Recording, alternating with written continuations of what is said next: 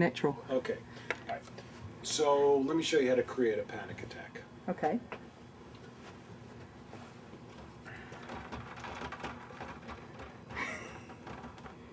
It says shit happens. Shit happens. All right. Mm-hmm. And this could be anywhere from too much coffee. All right. Yeah. A fight with your spouse. All right. Painful memory.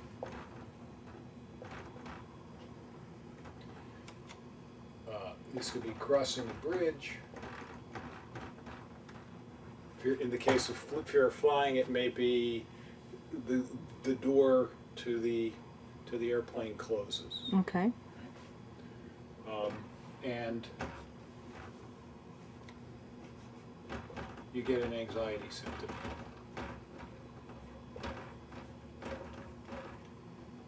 Or anxiety symptoms.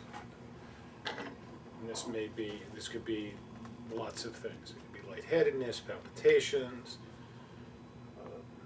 sense of unreality, sweaty palms. There are dozens of symptoms. All right. Mm-hmm. Now, this is not the problem. This Okay. is, the clinical term for this is that this is life. Mm-hmm. Right? This is not a panic attack. No matter how intense this is not a panic attack. It's a symptom. It's a combination of a sensation and a feeling. But here's what happens. If this is a symptom that you're afraid of, that occurs is, uh-oh.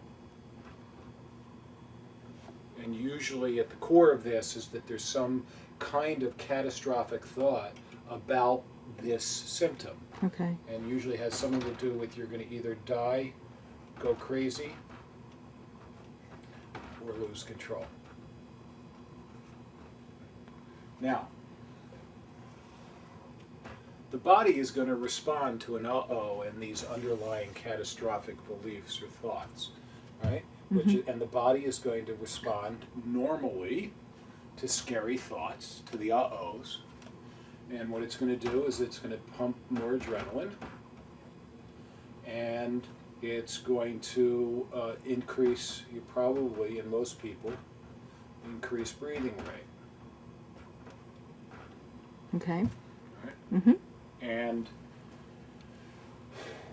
that, okay, now what's that going to do? Sure enough, that is going to increase the anxiety symptoms. So what is it? So you get more of the uh-oh, more adrenaline, breathe more quickly or more deeply, get more anxiety symptoms. And so you're in a positive feedback loop, a self-amplifying loop, and this is what we call panic. Okay. All right? Mm-hmm. Mm-hmm. Okay. Yeah. So airplanes, fights, bridges, shopping centers don't cause panic, right? Mm-hmm. What causes panic is this self-perpetuating internal cycle Okay. of symptoms and being afraid of symptoms and amplifying it.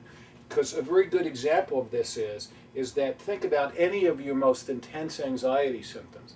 If we were to go up and interview people getting off of a roller coaster at Hershey Park, Mm-hmm. and they would have all of those symptoms: rapid heartbeat, lightheaded, dizzy, sweaty, woozy, short of breath, all of those symptoms, and yet what would they say about it? They wouldn't be saying, uh-oh, they would be saying, great, yay, that's great fun, let me go do it again. Now, personally, Right. I don't get that, because those of us with history of panic disorder don't have to really go to Hershey Park to get those symptoms. We can have it sitting in our living room. Right. Right?